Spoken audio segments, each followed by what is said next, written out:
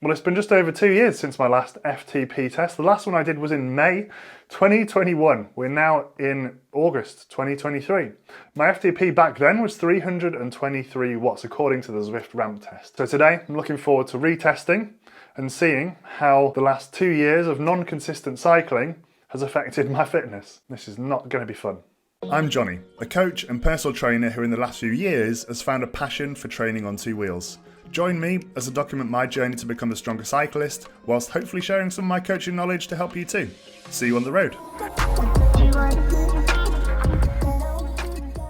So as I said in my new bike video a little while ago, my cycling training has been very inconsistent due to a couple of different things: getting married, selling my watt bike, which is a whole story for another video, and generally just the weather and just not having the motivation for cycling. I've been in lots of other training, as obviously I'm a personal trainer. I've been working hard in the gym, and I've actually been doing a lot of running recently as well. But my cycling motivation and consistency just hasn't been there, at least not until the past couple of weeks when I finally got a new bike after 8 years, and also got a power meter for that bike as well to use outdoors. So now I'm looking to get a little bit more serious with the cycling specific training as well as all my other training as well. I thought, what better way to start that journey than doing a lot of suffering and doing an FTP test or the ramp test again on Zwift. Now, as I said, it's been 2 years since I did my last ramp test, and my last ramp test result was 323 watts. That's what Zwift estimated my FTP to be. Having not done much consistent cycling since then, I'm wondering where I'm going to be. I reckon I'll be around 300 watts, but who knows? I have good running fitness at the moment, but that definitely, or certainly,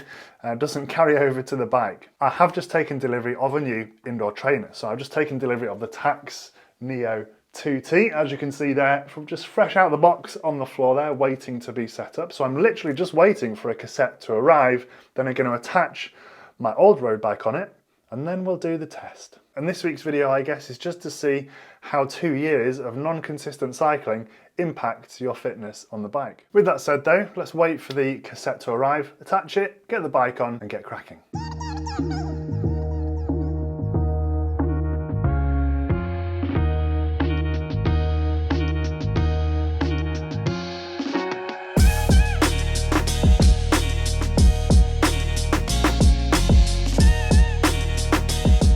Well, there we go. Everything seems to be working fine.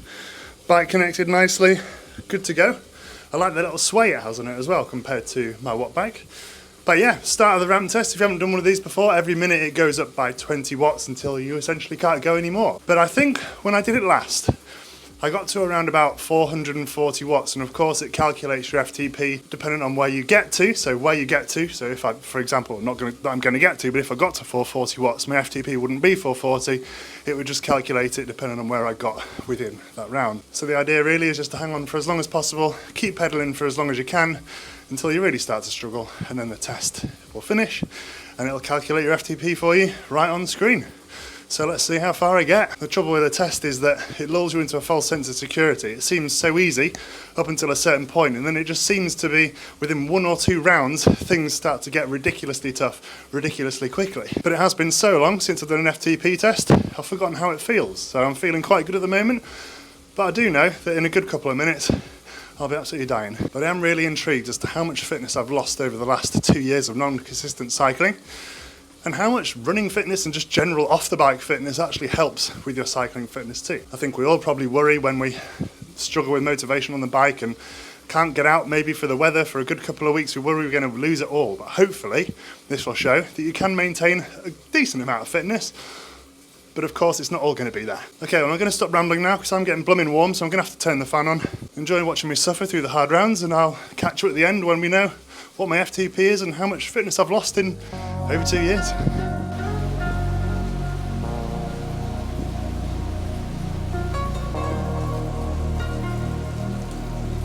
$300 watts now. This is just under what my FTP used to be. This is blooming hard.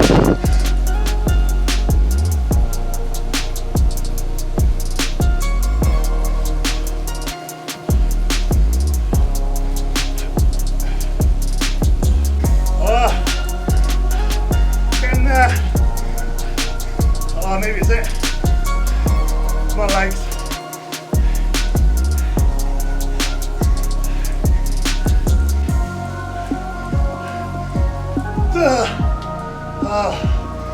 That's it.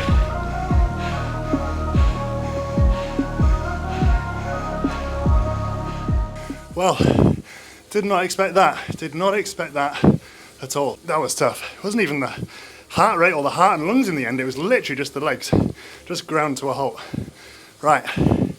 Let me cool down, get off the bike, probably have a shower, take 3 days or so to chill out, and then let's have a chat about how much fitness did I actually lose, what was my score in the end.